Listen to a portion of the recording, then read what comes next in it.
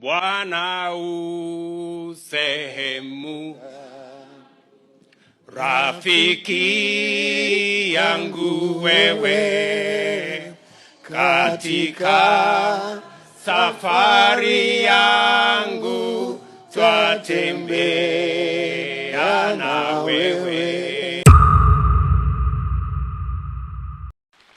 Wacha nichukue nafasi hii kwa niaba ya serikali ya Kenya kuwashukuru kwa njia ya kipekee wana AIPCK kwa juhudi zenu na bidii yenu na kujitolea kwenu kupigania uhuru wa taifa letu la Kenya.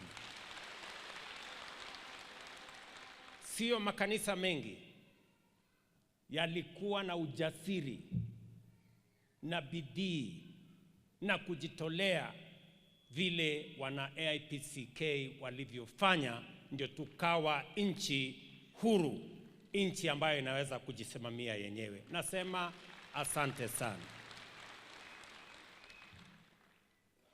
Najua Baba Askofu amesema hapa,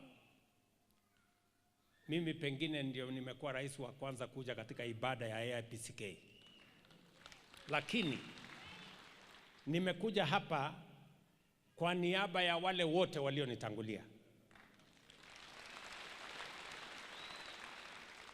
Mzee Rais Jomo Kenyatta, mwanzilishi wa taifa letu, rais wetu wa pili Daniel Moi, rais wetu wa tatu Mheshimiwa Mwai Kibaki, rais wetu wa nne Mheshimiwa Uhuru Kenyatta, na mimi hapa tunaleta salamu zetu za heri na mafanikio kwa kanisa la AIPCK.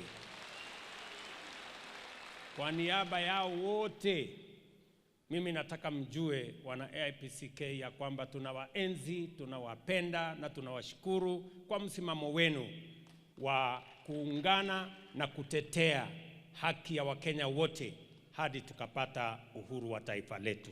Asanteni tena.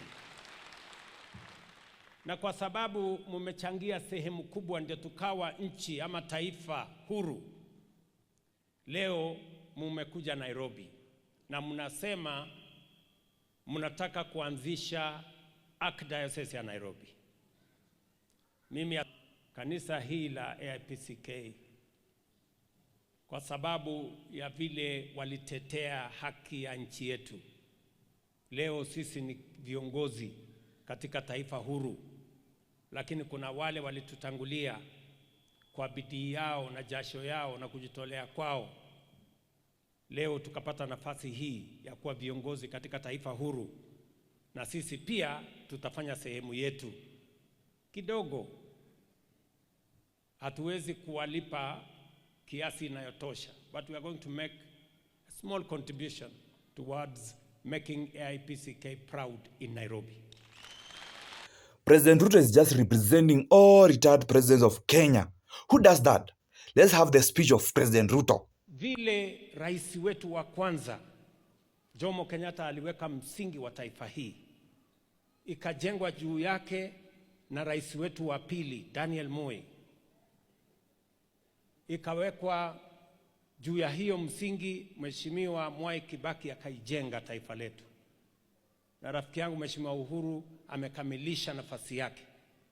Nafasi tulio nayo sasa katika awamu hii, katika kizazi hiki, ni kuinua Kenya sasa kutoka mahali ilivyo, mahali ilipo, tuifanye iwe a first world country. Nataka Wakenya wanisikize vizuri. We have a date with destiny as the generation of the leaders that exist today. Our forefathers, the first, the second, the third, and the fourth president have laid a foundation. It is upon us, this generation, the leadership that exists today, from the MCAs to members of parliament to governors, myself and others, that it is time now to raise the bar, to raise the standard, to elevate this country from a third world country to a first world country. And we are going to do it, good people, because we have the plan to do it, we have the human capital to achieve it, we have the resources to do it, we have the vision to accomplish it. And that is why I tell the people of this great nation of Kenya that raising Kenya from a third world country where we are today to a first world country is going to take us the same time Korea did, Singapore did, China did. In just 30 years, they managed to move their countries from third world to first world. By 2055, by God's grace, this nation will be a first world country. Kwa hivyo tushirikiane.